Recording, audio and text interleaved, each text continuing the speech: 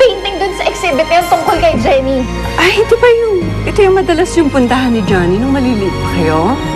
At Jenny? At saka yung paboritong bike ni Johnny, oh. Siguro talagang memorable sa kanya itong lugar na to. Bakit ba kailangan lagi nila ipamukha sa akin na kahit nandito si Johnny, nandun yung puso niya? Bakit ba ang hilig mong gumawa ng eksena? I call it ang babaeng ahas. The subject of the painting, ang babaeng ahas.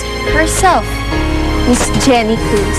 Siguro nga iniisip niyo na sana hindi niyo na lang nalaman totoo. Na sana hindi na lang ako naging anak niyo. Galit sa akin si Andrew. 500,000 for this painting. Kalahating milyon. Andrew! What do you think you're doing? Hindi niyo naman bibili yung painting mo ng kalahating milyon lang naman kung hindi ka pa rin niya mahal. I took the liberty of booking your flight to the States. Next week na alis ninyo. Bakit pa akong ibang kailangan asikasuhin pa? Mas importante pa ba yun kaysa sa anak ko? Kung nandito kayo, hindi kayo matatahimik. Alam kong pakiramdam mo ginamit uli kita. Humingi ako ng paumanhin. Magiging masaya ako kung darating ang panahon na magkakasundo silang dalawa. Catherine! Catherine!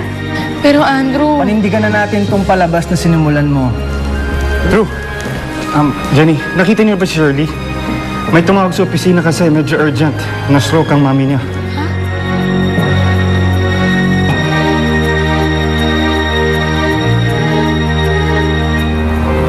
Catherine, kamusta na pakiramdam mo?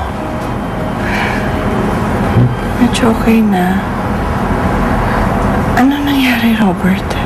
Well, according to the doctors, you had a mild stroke. But the good news is, stable na raw ang condition mo. But still, sinabi sa akin ng mga doktor, ang suggestion nila for you to stay a couple of days here in the hospital para ma-monitor nila ang recovery mo. Mami.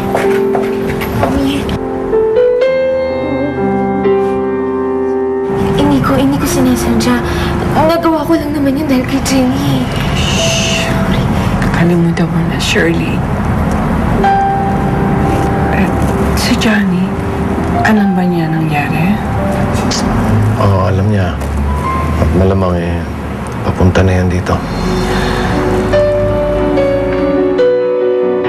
Nasaan na si Johnny? Kasama niya yung mami niya. Ano daw nangyari?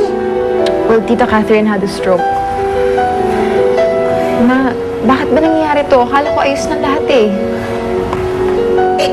Paano ngayon ang mga plano niyo? Hindi ko alam. Basta sabi ni Johnny, hindi kami pwede umalis hanggat may sakit pa si Tita Catherine. Yumi, hindi pwede. Nabili ko na mga ticket. Ma, gusto ko namang umalis Kahit ngayon, pwede na ako umalis.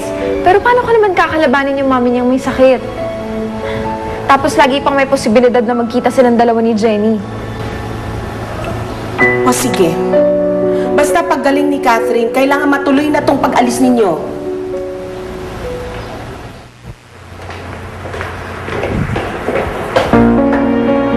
Ano ginagawa mo dito? Gusto ko lang sana makita si Mami. Hindi pwede. Shirley, sige na. Bibisitahin ko lang naman si Mami. Hindi nga pwede. At saka ilang beses ko ba sasabihin sa'yo na hindi mo siya nanay? At kahit kailan, hindi ka niya anak. Hindi ka niya kaano-ano, Jenny. Hindi ka namin kailangan dito, kaya umalis ka na. Shirley, kung ano man namamagitan sa ating dalawa, isang tabi mo muna yan. Nandito ako para bisitahin si Mami. Alam ko hindi niya ako tunay na anak, pero tunay na ina ang turing ko sa kanya. Kaya sa ayot sa gusto mo, pupunta ako si Mami. Gusto ko siya makita. Hindi nga pwede, Jenny. Ano Di ba ba? ako mapipigilan? Umalis ka na! Umalis ka na! Umalis ka na! Kaya naman nagkakasakit si Mami dahil sa'yo Shirley, ano ba? Ha? Ano na naman nangyayari sa inyo? Ito si Jenny kasi. Kahit noon pa man kasalanan niya kung bakit nagkakasakit si Mami. Yung mo hanggang ngayon, di nga makarecover si Mami. Ginugulo niya tayo. Pinagsisiksikan niya kasi ang sarili niya sa pamilya natin. Jenny, tanggapin mo na kasi ang katotohanan. Na hindi mo to pamilya, na andun sa squatters, na andun ang totoo mong pamilya. Shirley! Ikaw ang hindi nakakaintindi. Parte ng pamilya dito si Jenny, kaya kailangan tanggapin mo na yon.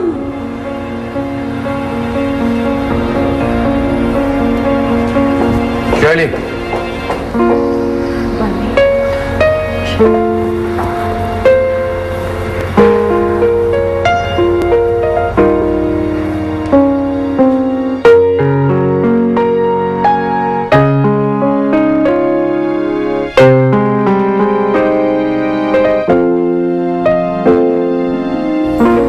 salamat Salamat at sinamahan mo ako sa ospital. Sabi ko naman sa'yo, Jenny. Lagi lang ako nandito para sa'yo. Andrew, utang na loob mo nang sabihin sa akin yan. Ano yung sinasabi mo? Huwag mo nang sabihin na palagi ka nandyan para sa akin.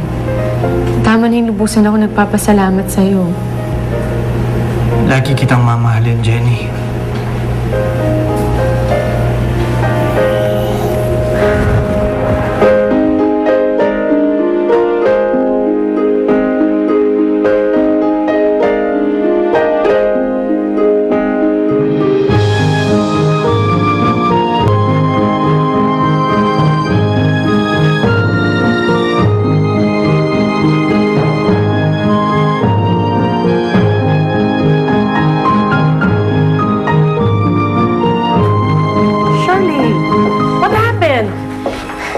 It's that girl again, tita. She's ruining everything. She's ruining my life. Inaagaw niya lahat.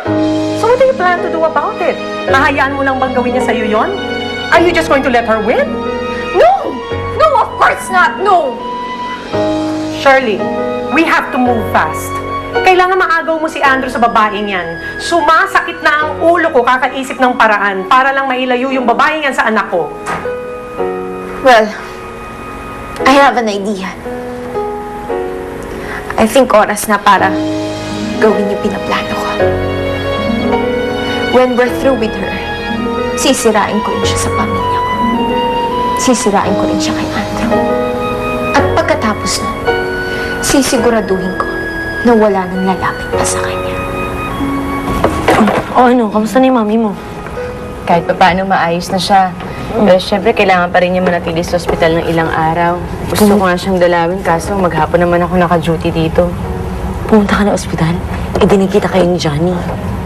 Hindi kami nagkita. Mabuti na rin yung para iwas gulo. Jenny, Po, may nag-iwan sa'yo message sa housekeeping. Ano yan? galing kay Johnny. Gusto raw niya makipagkita sa akin. Bakit daw? Siguro dahil lang siguro kay Mami.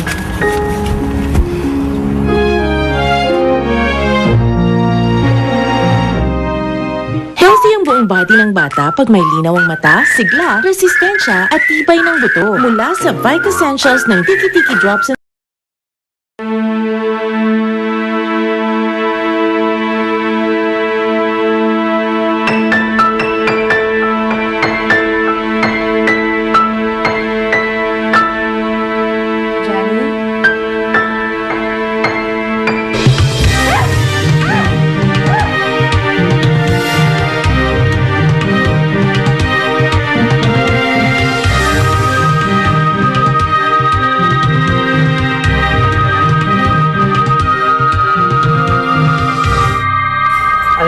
ba to?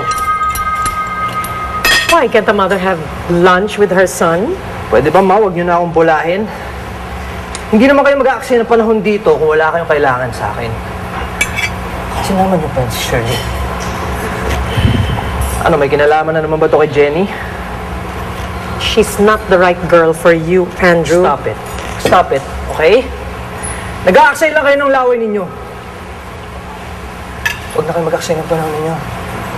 Dahil hindi ako maniniwala sa kahit anong sabihin ninyong dalawa, magtulong pa kayo, hindi ko hiwalayan si Jenny. Sasaktan ka lang ulit niya, Andrew. Sige, Shirley, sabihin mo na. Eh, tita, hindi naman maniniwala yan sa akin eh. I don't have time for this. You wait. Stay there. Ihali ka.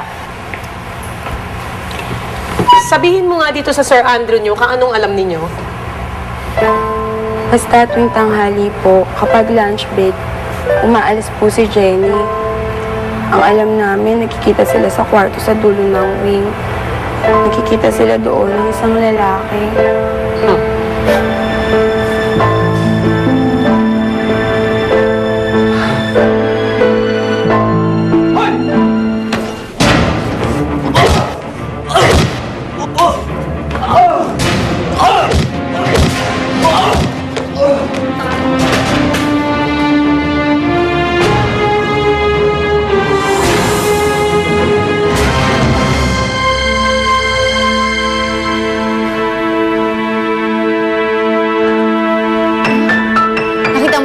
kung anong klaseng babae yan?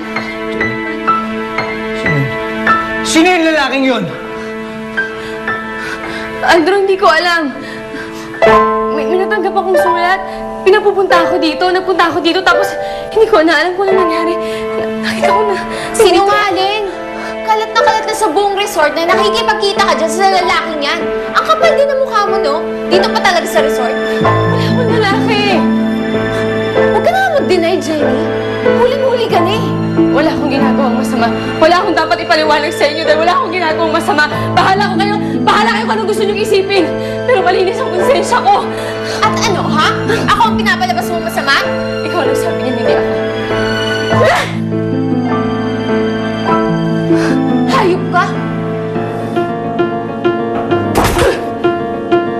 Mas hayop ka. Ilang beses ko nang pinapalagpas ang pang-api mo sa akin. Nire-respeto kita bilang kapatid ko kaya hindi kita nilalabanan. Pero sa pagkakataon ito, pagkatao ko na yung tinatapakan mo. Pwede kang ito sa akin.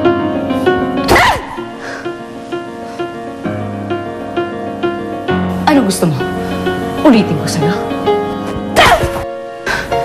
Hayop ka! Para yan sa pang-aapi mo sa akin.